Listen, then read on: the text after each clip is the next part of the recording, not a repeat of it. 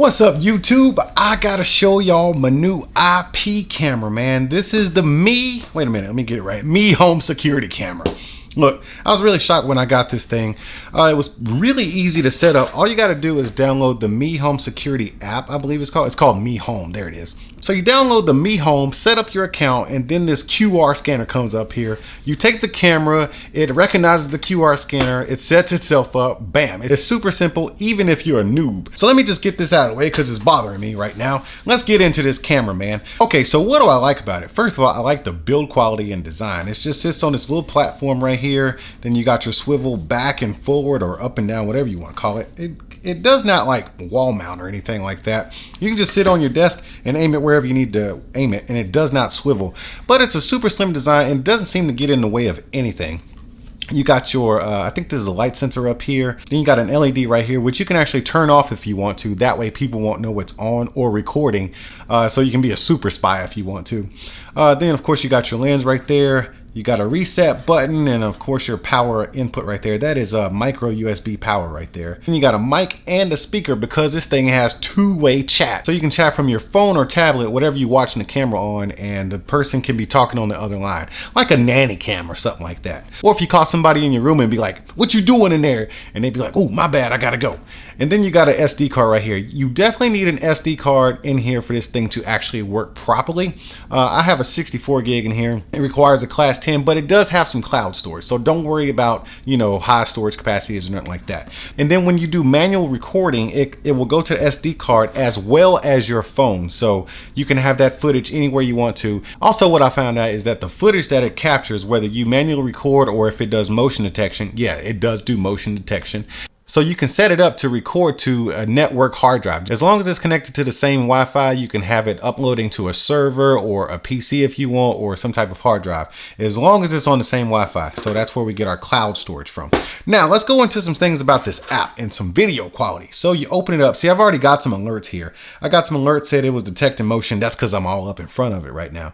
But let's just go inside. I got studio camera set up. And now it's going into the camera. So I'm actually looking at myself. Let me just aim this thing at myself real quick. Who is that handsome fellow with that beard? That beard though. Check this out. You see this little live button right here where it says live? Okay, that's live action. And we really only have about a 1 second delay. That's pretty fly. But if I want to go back in time a little bit, I can go back, I don't know how far, but it buffers and then it goes back and you see all the stuff that I was doing that it was recording. That is hilarious, man. There's me and mess with my shelves and stuff. So, and then if we want to go live, we just go live again. This thing is just like always recording. It knows what you're doing. Okay, so let's go into some other stuff. So we can hold this right here, this little microphone. We can hold it to speak. Let me take it off mute. So right now the camera is recording my voice and projecting my voice. But if we want to talk to the camera, we hold that button and then it starts talking to the camera. There you go. So I'm really close to it. That's why you're hearing that echo. Good Lord. Okay, let me cut that off. But there's two-way communication here. So there you go. Then you can set a sleep timer for it. That way it can go in sleep mode. You see the LED just went off. Let's take it out of sleep mode right there. And the LED comes back on.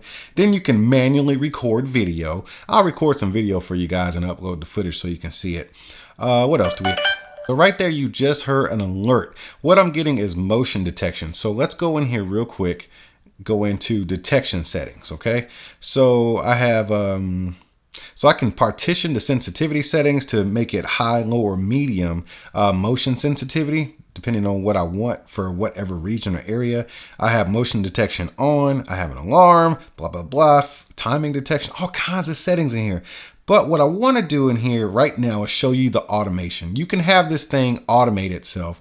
So basically I have it set up to where if the camera detects motion, okay, it detects motion, and then I have it set to record and upload videos. You can have it go to sleep if it detects motion, or wake up if it detects motion, or whatever the scenario you want to put up there. It's like an if then that kind of thing. So let's come out of here real quick. And then we'll let's go into some camera settings. All right, so the status light. So right now it's just on, right? It's not recording, so to speak, but it knows what I'm doing, okay? Because it's on and it's looking at me. So what I want to do is I want to be sneaky and I want to turn off that status light right there, and then it just goes off. But now we're not being sneaky anymore, so we'll just turn it back on. You can get your data usage warning. This is where you can go into your sleep settings and modify those if you want. You can go into your image quality. I took the watermark off of this one because I don't like watermarks, but you can go into the wide dynamic range mode, and you can see here, it kind of gives you a description of what it's going to do. It's going to add some more contrast to the picture. That way things look better. You can rotate the image if you want to. Your night vision.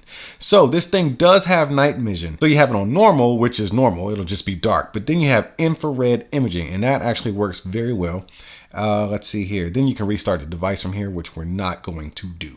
As far as functionality goes, this is one of the best apps, if not the best app I've ever used as far as functionality goes with some of these IP cameras. I have Arlo as well, and Arlo is really good, but this one's standing right up next to Arlo side by side. And the camera quality, the quality of the camera is really good. I think it's 1080p. It's got to be 1080p. As long as there's not a whole bunch of running and stuff, it's not pixelated too bad, but the still image quality or slow movement quality is very, very good, even in the nighttime.